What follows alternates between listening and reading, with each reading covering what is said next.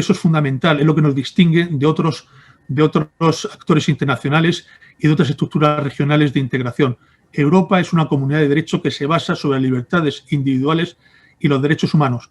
Esos son nuestros rasgos distintivos de identidad a los cuales nunca podremos renunciar, salvo que queramos renunciar al proyecto europeo. Por tanto, Europa se ha de insertar en el nuevo contexto internacional con su propia personalidad, con su propio perfil, pero también con los instrumentos y las herramientas necesarias para jugar un papel geoestratégico en el nuevo contexto que, como digo, es muy complicado y en el cual Europa se encuentra rodeado de focos de inestabilidad política y económica. Una última cuestión, embajador. Es un tema que ha sido el tema más complejo probablemente antes del coronavirus, evidentemente, pero el tema más complejo que ha tenido que abordar la Unión Europea en sus policrisis de la última década es el tema de la migración y, lógicamente, su contramoneda, que es la seguridad, evidentemente, la seguridad en frontera de la Unión Europea. Bueno, recientemente se ha producido el atentado de Niza. El asesino es una persona que entró por Lampedusa, un inmigrante, y por tanto es evidente que pone en tela de juicio la política de seguridad europea, pero a la vez pone la política de asilo, de refugio y de derechos, como muy bien ha dicho el embajador, que es la arquitectura principal y el sentido de la Unión Europea. La Comisión Europea acaba de plantear su última propuesta.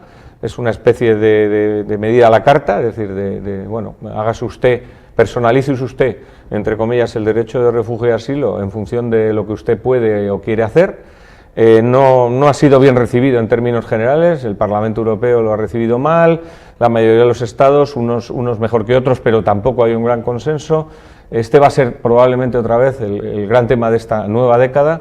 ¿Cuál debe ser las líneas generales y las líneas maestras de esa política de migración / seguridad? Muchas gracias, Jesús. Me alegro que me hagas esta pregunta porque la inmigración es uno de los asuntos fundamentales para la pervivencia tanto del proyecto europeo como de nuestras sociedades abiertas. Por eso me gustaría reflexionar aquí junto con vosotros sobre la mejor manera de abordar el tema. Yo siempre he pensado que la inmigración, en lugar de ser un problema y una amenaza, es una oportunidad. A lo largo de la historia, la inmigración ha sido lo que ha posibilitado el enriquecimiento y el desarrollo de sociedades, no solamente europeas, sino transatlánticas, en Estados Unidos, en Argentina, en Brasil y en tantas otras. Es decir, la inmigración no debe ser enfocada como un problema, sino como una oportunidad que se ha de gestionar con inteligencia. Esto significa varias cosas. En primer lugar, significa articular y gestionar un esquema de corresponsabilidad y colaboración. Este es el principio fundamental que me gustaría subrayar. El principio de corresponsabilidad entre los estados de origen, los estados de tránsito y los estados de destino de la inmigración. Todos podemos ganar de este fenómeno migratorio si somos capaces de ponernos de acuerdo en un esquema de corresponsabilidad de gestión de estos flujos migratorios que van a existir y van a seguir existiendo, queramos o no. Pero es que, segundo principio, España y Europa necesitan inmigración. Debido al envejecimiento de nuestras sociedades, es evidente que hay yacimientos de trabajo, de puestos de trabajo que solamente pueden ser ocupados por inmigrantes. Por tanto, necesitamos una inmigración legal y gestionada de acuerdo con esta legislación. Tercer principio, hemos de ser también contundentes, sin miramientos, con las mafias que se benefician miserablemente de una forma infame del hambre, de la necesidad de gente desesperada. Para hacernos una idea, hay un dato significativo que a mí me llama poderosamente la atención. Embarcarse en una de estas pateras y lanzarse al Mediterráneo o al Atlántico jugándose la vida para llegar a las costas europeas cuesta entre 3.000 y 4.000 dólares por persona. Imaginemos, si hacemos la multiplicación, el negocio redondo que supone esto para las mafias de traficantes de seres humanos. Hemos de ser contundentes en la lucha contra estas mafias. Y en cuarto lugar, me gustaría subrayar el principio que tú has señalado convenientemente, Jesús, que es la gestión y la integración interior de los inmigrantes una vez que llegan al suelo europeo y su distribución en Europa. Vayamos entonces por partes. Primero, hemos de ser siempre con el frontispicio general del respeto exclusivo, o mejor dicho, del respeto total de los derechos humanos de los inmigrantes, que son personas con todos sus derechos humanos, un respeto exquisito de sus derechos humanos. Hemos de gestionar estos flujos con unos programas de cooperación al desarrollo en los países de origen y de tránsito, pero unos programas de cooperación al desarrollo que estén focalizados conforme a las necesidades de cada uno de los países, que sean ellos los que nos transmitan a nosotros cuáles son sus necesidades más perentorias, más urgentes para gestionar, como digo, su situación.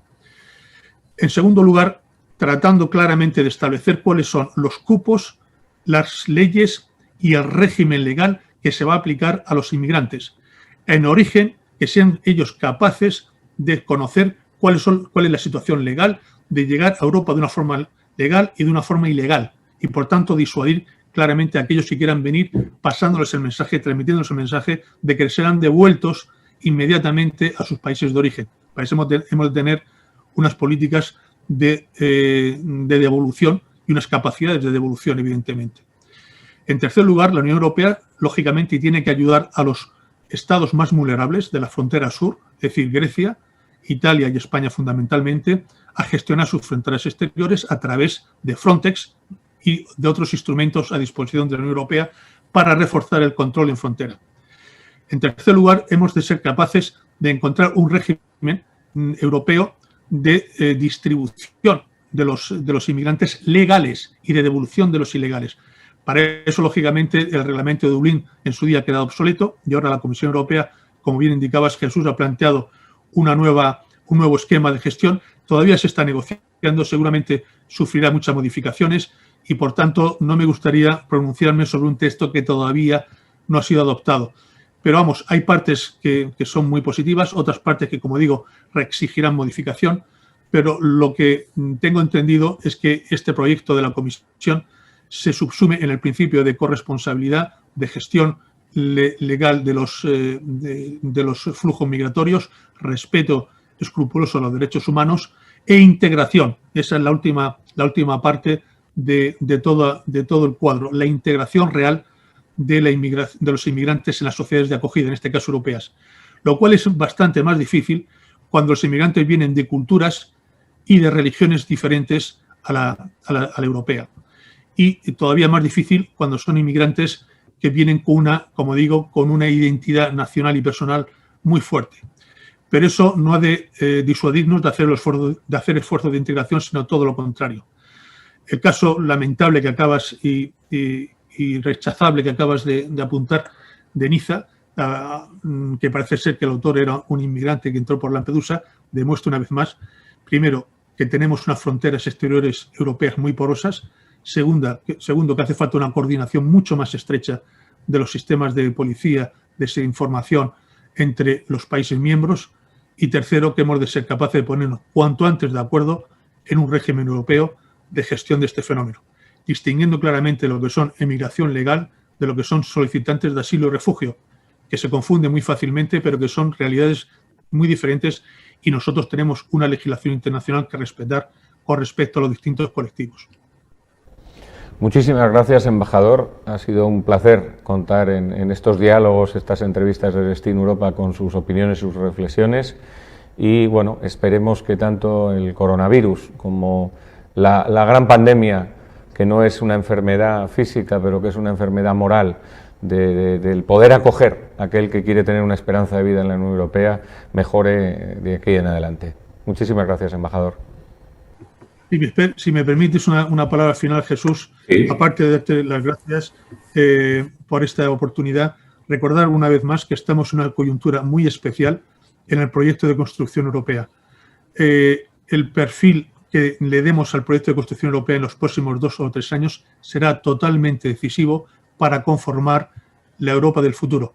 No nos sobra tiempo y exige mucha voluntad política y decisión. Por tanto, hemos de responder a los retos, a las oportunidades, con la decisión y la convicción que tenemos nosotros individualmente, que tiene Destino Europa, y contamos para ello, por supuesto, con la colaboración de todos nuestros amigos y nuestros oyentes, a los cuales les envío un abrazo. Muchísimas gracias, embajador.